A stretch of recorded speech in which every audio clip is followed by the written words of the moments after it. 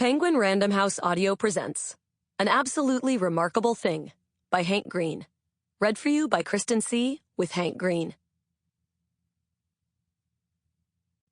Thanks, Mom. Chapter 1. Look, I am aware that you're here for an epic tale of intrigue and mystery and adventure and near death and actual death.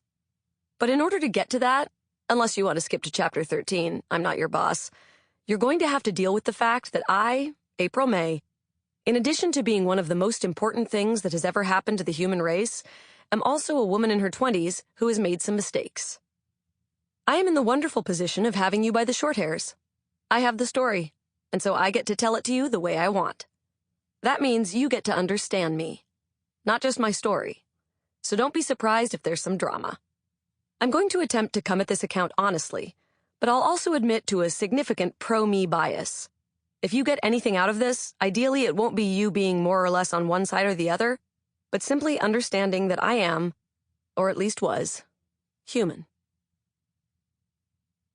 And I was very much feeling only human as I dragged my tired ass down 23rd Street at 2:45 a.m. after working a 16-hour day at a startup that, thanks to an aggressively shitty contract I signed, will remain nameless. Going to art school might seem like a terrible financial decision, but really that's only true if you have to take out gobs and gobs of student loans to fund your hoity-toity education. Of course, I had done exactly that. My parents were successful, running a business providing equipment to small and medium-sized dairy farms. Like the little things you hook up to cows to get the milk out. They sold and distributed them. It was good business. Good enough that I wouldn't have had a lot of debt if I'd gone to a state school. But I did not do that. I had loans. Lots. So after jumping from major to major, advertising, fine art, photography, illustration, and finally settling on the mundane but at least useful BFA in design, I took the first job that would keep me in New York and out of my old bedroom in my parents' house in Northern California. And that was a job at a doomed startup funded by the endless well of rich people who can only dream the most boring dream a rich person can dream, being even more rich. Of course, working at a startup means that you're part of the family, and so when things go wrong, or when deadlines fly past, or when an investor has a hissy fit, or just because, you don't get out of work until 3 in the morning, which, honestly, I hated. I hated it because the company's time management app was a dumb idea and didn't actually help people. I hated it because I knew I was just doing it for the money, and I hated it because they asked the staff to treat it like their whole life rather than like a day job, which meant I didn't have any time to spare to work on personal projects. But I was actually using my degree doing actual graphic design and getting paid enough to afford rent less than 1 year out of school. My work environment was close to technically criminal, and I paid half of my income to sleep in the living room of a 1-bedroom apartment, but I was making it work. I fibbed just now. My bed was in the living room, but I mostly slept in the bedroom. Maya's room. We weren't living together. We were roommates. And April from the past would want me to be very clear about that. What's the difference between those two things?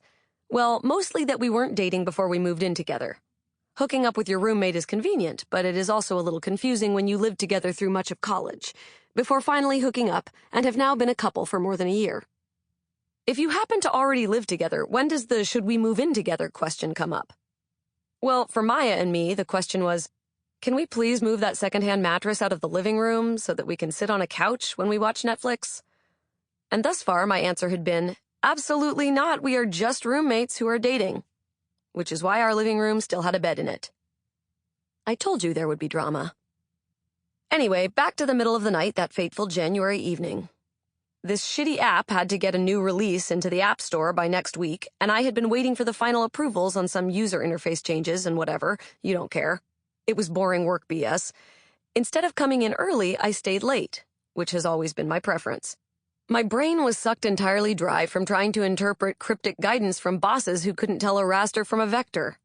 I checked out of the building. It was a co-working space, not even actual leased offices, and walked the 3 minutes to the subway station.